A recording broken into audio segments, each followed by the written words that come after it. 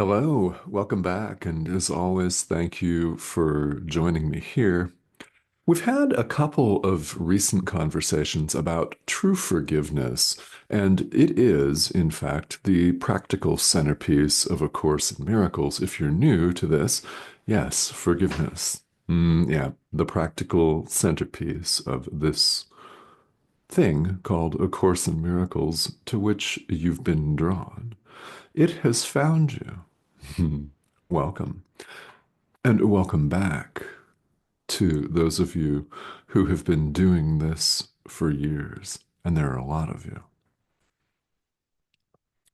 We always need, as learners, whether we say we do or not, we always need to come back to foundations, to the basics, to the very foundational and basic ideas. And we need that as learners because we get carried away, quite frankly. I mean, we can all think of many, many different ways in which we get diverted, stressed out, off on our next roller coaster ride and stuff. So it's very, very helpful to come back to the basics yet again. There's nothing particularly shiny about that. There's not anything particularly sexy and hot about that. It's not seductive. It's not glittery. In fact, it can feel really messy, downright ugly at times. And that is what spiritual practice looks like. Not a single one of us will be able to avoid doing the work forever. And that's the messy part, is acknowledging our stuff. One of the reasons why I always insist that spirituality is for grown-ups, it's an adult endeavor, is because it's all about bringing our darkness, our stuff, to light, to the light. Bring your illusions to truth. Truth simply shines them away. The illusions vanish in the light of truth. Light here in A Course in Miracles is right-mindedness. That's why this course is a course in mind training where we're changing our mind. The reluctance that we all experience to do this work is tremendous. That may be the biggest understatement ever. Tremendous, yeah. Sometimes it's massive and oppressive, and we would rather crawl back into our hole or our little cave or our comfort zone that we left in the first place because it was so uncomfortable. Yeah. It's an adult endeavor and it can get super messy. It's part of it. It is. It's part of the path, no matter what tradition you currently follow. And let me be very clear, while this video series is about A Course in Miracles, you don't have to be a course student in order to benefit from this material. Not at all. You'll find that the course is, as a self-study curriculum, universal in theme and application.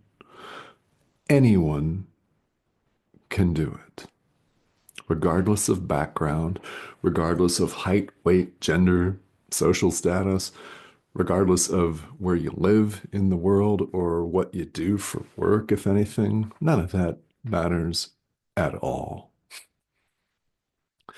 Which I would hope you find refreshing. You don't have to be a certain way or show up a certain way or dress a certain way or anything like that. You simply bring your willingness, your little willingness, and that's a phrase from the Course itself. Our little willingness to ask our inner teacher, the Holy Spirit, for guidance and to follow that guidance, opening ourselves just even the slightest little bit to this guidance. And it's this that we find so catastrophically difficult from time to time. Not surprisingly, this is what we need to do. So let's talk some more about that. So we think that we have to go it alone in this world, no matter where you live. And whether the society that you live in here on Wobbling Spinning Ball of Rock leans more toward individualism or communitarianism actually doesn't make any difference. We all think we're an individual self-sustaining survival unit housed in one of these things, as if that's even possible. As if a compound lump of flesh and blood could ever contain the Son of God. You are the Son of God. This term does not refer to just Jesus, just the historical Jesus, exclusively to all the rest of us wandering around dazed and confused. No, the Son of God is God's creation, the thought of God, the extension of God, all of us, singular as one.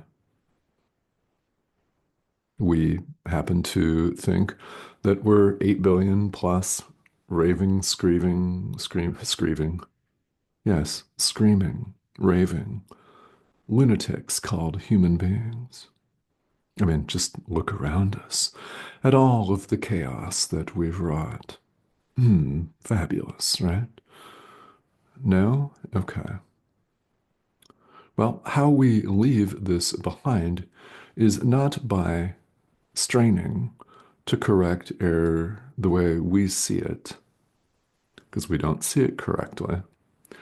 We do not aim to change the dream world. This course isn't about effecting change in the world at all. That should get your attention. Good. It's not about effecting change in the world that appears to be outside us. It's actually not outside us. It's not about making it brighter or more intelligent or safer or better. It's not about changing the dream. A Course in Miracles is about waking up from the dream. It is addressing the mind, this mind that appears to be split. Why is it split? Because we haven't given the Holy Spirit our entire mind. We've aimed to keep our own little judgments of some people to ourselves, to hide them, because we don't want to look at it. That stuff of ours, we don't want to raise. We don't want to raise it to the light. We don't want to bring it to the light. We'd rather keep our little hatreds and disdains. And lo and behold, as we keep them, we continue to spin, to sit and spin, and to suffer. Why? Our unwillingness to bring illusion to truth, to bring our darkness to light. Hence, the emphasis on willingness, our Little willingness, even if all you can manage, even if all you can put forth is a fraction of a second, that is enough. That is more than enough, in fact, because then you can do it again. And that will be enough, more than enough. It's actually quite simple. It's the simplicity that we run from. We've made all of the complications here in this circus that we call life. You're more than welcome to insert another word for circus. The word show is contained in this two-syllable word, a compound word. The second syllable is show. Yeah, that's what we've wrought. And it is that, isn't it? So we can't find what we're looking for when we continue to perpetuate the circus, when we continue to act out and to have others act out their clown-like roles for us. Instead, we're given something extraordinarily powerful, this course, and the practical tool of forgiveness.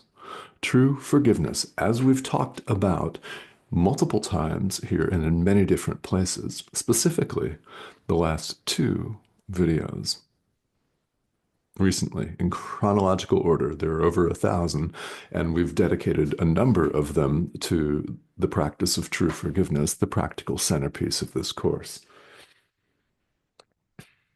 We think that we can solve everything on our own with the world's thought system firmly intact. We cannot. We must switch thought systems. That's what this course is. That's what it represents, a change of mind. We're invited to change our mind under the guidance of our inner teacher, the Holy Spirit. Do not let that threaten you in any way. The Holy Spirit is not outside you. It's part of you. It's not some superior, separate being. There is no separation of any kind. The Holy Spirit is part of our mind. Let's follow its guidance. You call this part of your mind whatever you want to call it. People are fond of referring to a team, a board of directors, if you will, a CEO advisory board, the C-level executive suite of spiritual guides and guardians, or whatever you wish to call it. Those are all just names. What is the name? I invite you to think about this. It's important. It's a collection of sounds. It's nothing. It's a made-up assortment of sounds. We've given it all of the meaning that it appears to have for us. If you've been through the workbook for students, Jesus has us work with lessons that drive this point home. I've given everything I see all of the meaning that it appears to have for me. I've assigned it all meaning. Let's hearken back to lesson 1. Nothing I see on this street means anything. Exactly. We've given it all of the meaning that it appears to have for us. We've artificially, arbitrarily, and randomly assigned it. This workbook and the course itself, of which the workbook is only one component,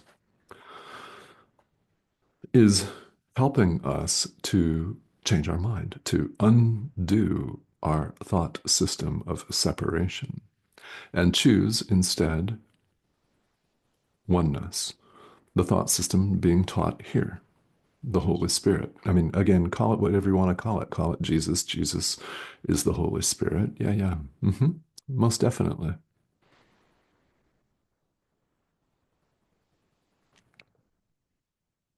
What we find so monumentally difficult is this little willingness.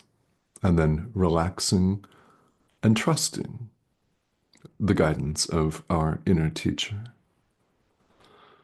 We relax and trust, and we allow the Holy Spirit to guide us. We become, as Jesus was and is, the ultimate follower. He followed nothing but the Holy Spirit. The ultimate follower is upheld, and rightly so, as one of the greatest leaders of all time. Follow 100%. There are many people in the business world that correctly stress that in order to be an effective leader, you must learn to be an effective and total follower. Follow the Holy Spirit. It will not lead you off a cliff. Your boss will lead you off a cliff. Even if they're well-intentioned and you might be somebody's boss, you'll lead your people off a cliff if you try to go it alone and you know it. Trust the Holy Spirit instead. Yes, yes. If we attempt to solve all of our problems with the thought system that created it, we simply recycle them. They appear to go away for one hot, sexy, shining moment, and boom, they're back in a different form. Oh, tired yet? Good, good. Because we're all so stubborn, huh, that sometimes that's what it takes. It takes a bottomless pit kind of moment where it feels like we couldn't go any lower. It takes hitting rock bottom sometimes, exasperation, whatever it takes for you to begin the practice of true forgiveness, do it.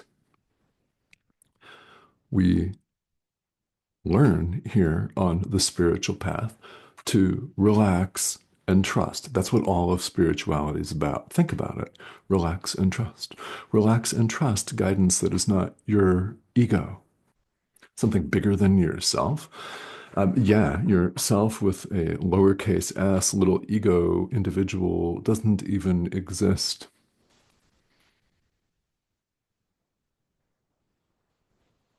There's no separation of any kind. How can there be an ego? How can there be an individual?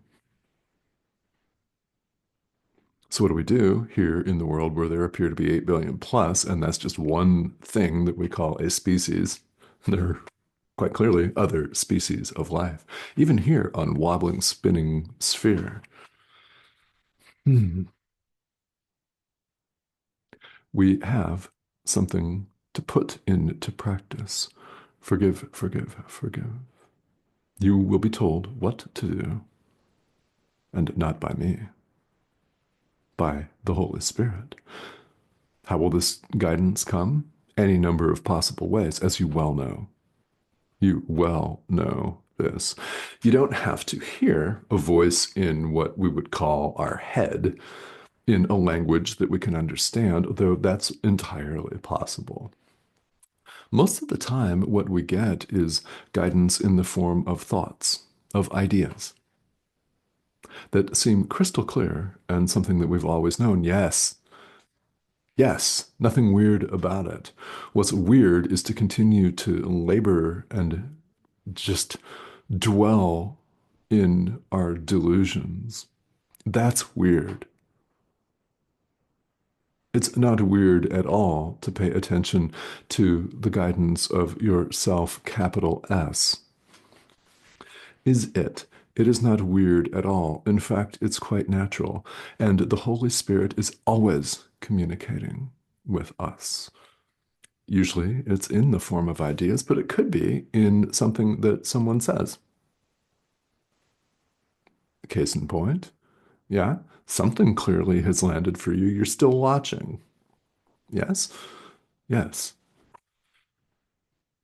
It could be in something that you hear or something that you read, or all of a sudden you look and something, maybe it's a beautiful flower or a great big blue sky or something that reminds you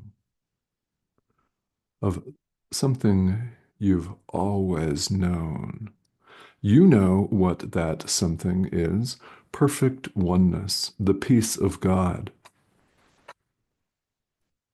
There's no need to fear this. All resistance is the ego. All of it. You may count on that and count on it on the path. You may be experiencing it right now. In fact, on this and any other spiritual themed discussion, we may be really tempted to condemn the deliverer of the message. Well, this is a pixelated image on your screen. Condemn it at your own peril, right? Because your mind is the one suffering when you lash out and blame. It's not harming me at all. Now, there is only one mind, so we're invited to think about what we're inputting into this one mind: hatred, rage, and blame, or forgiveness, love. When you show up and give the Holy Spirit this little willingness and learn to relax and trust and allow Him, allow it to do its work, to do its thing. Allow it.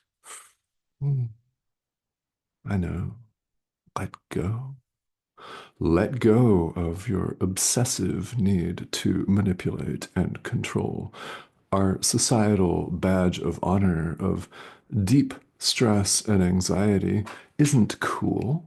It's not fun, and it hurts everyone. Huh. No matter where you live. Oh, and in case you didn't know, I reside in the United States. Case in point. Huh. The badge of honor of deep stress and racing about is something you may wish to consider setting aside for all time. While we do fear awakening, there's no need to. This fear is the last gasp of the ego, really. And you are exceedingly close. Probably doesn't feel like it right now, and I get that. We all have those days. You're closer than you imagine yourself to be. I can say that with 100% certainty. The very fact that you're watching this should be proof enough for you. Certainly proves it to me. I mean, you would not have found this course, or to put it probably a little bit more accurately, it wouldn't have found you unless you were ready. When the student is ready, the teacher appears. Huh, yeah. You're more than ready to awaken. I believe in you. Do you believe in yourself? Okay, then. These are deep questions. You deserve nothing less than that. All spirituality is about learning to relax and trust the guidance of our inner teacher in whatever form that appears to take for you. Now, here on the weird, wild screen of life, in our day-to-day lives, you know people that I don't know. You have connections on social media and otherwise with people that I don't. Guess what? Those people are meant to work with you. Doesn't mean that you have to start a YouTube channel and teach A Course in Miracles the way I do. That's my own personal directive. That's HS himself, itself, Holy Spirit saying, turn on the camera and microphone and start talking. I'll give you the words. That's my own personal directive. Yours can and most likely will look very, very different because we live in different parts of the world. We have different skill sets here in the world, but there are people out there that you're meant to reach. So would you abandon them? I hope not. Continue to show up and forgive. Practice. Give the Holy Spirit your entire mind. We're in this predicament, apparently, having this conversation. It appears to be necessary because we've only given the Holy Spirit part of our mind. Give it over totally. Total. That's what's meant by the Course's famous dictate that forgiveness is either total or it's not at all. We can't continue to harbor our stuff and expect to awaken. In fact, we've got to forgive it all and release it, set it aside. And once we've completely done that, boom, that's when it happens, but not before. Though we may have glimpses along the way, and I know that many of you have had some rapturous, magnificent experiences that you can't quite articulate in words. Yeah, exactly. Well, all of our words, including the ones being spoken here, just point to the experience of truth. We must experience it. And we can, even right here in the midst of all of our show. Two-syllable word with the second syllable being show. That, right in the midst of all of this drama, we can awaken. Little willingness. Relax, trust, allow. Rinse, repeat. I guess you could sum up the entire course with just that. So I thank you, as always, for tuning in and for paying attention to this deep message. You're still here. Again, that tells me everything I need to know about how close you are. So keep going. And I invite you to join me here. Subscribe if you have not. The prompt is over here in the corner of your screen. Click that icon, join us, and I invite any and all questions that you may have, and I will see you again very soon. Thank you for joining me.